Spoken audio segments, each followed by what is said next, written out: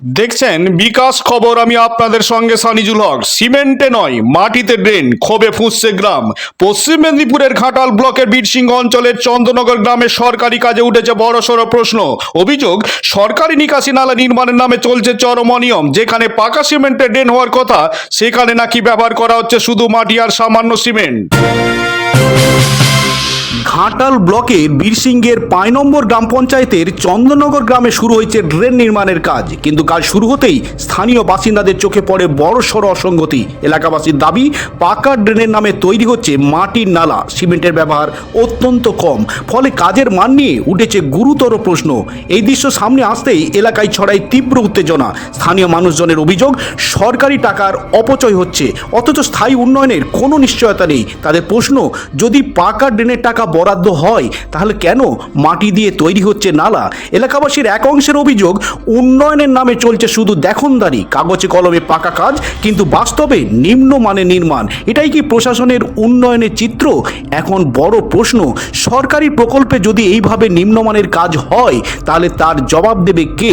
প্রশাসন কি তার তদন্ত করবে, নাকি অভিযোগ চাপা পড়ে যাবে? সে উত্তর খুঁজছে চন্দ্রনগর গ্রামের মানুষ।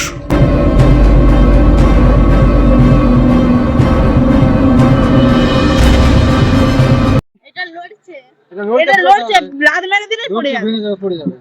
এটা পুরাই মাটি আয়া যায়। আচ্ছা আচ্ছা আচ্ছা আচ্ছা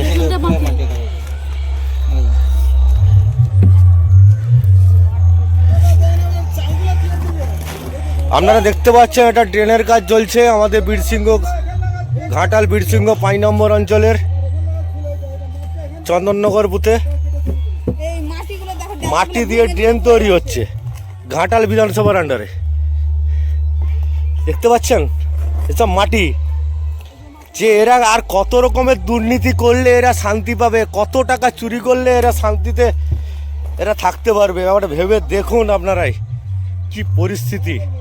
এ পুরো যে ড্রেনটা হয়েছে পুরো মাটির উপর ডিপেন্ড করে, মাটির সঙ্গে সামান্য কিছু সিমেন্ট দিয়ে যে পুরো যে আপনারা দেখতে পাচ্ছেন আগুলো করে যদি এগুলো যদি টানা হয়, পুরো দেখুন পুরো পড়ছে।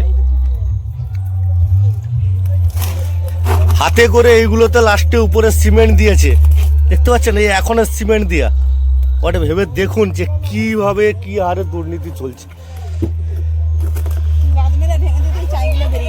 লাদ মেরে বেরিয়েতেই ভেঙেতে মানে লাদ মারতেই চাইগুলো বেরিয়ে গেছে, এগুলো সব হ্যাঁ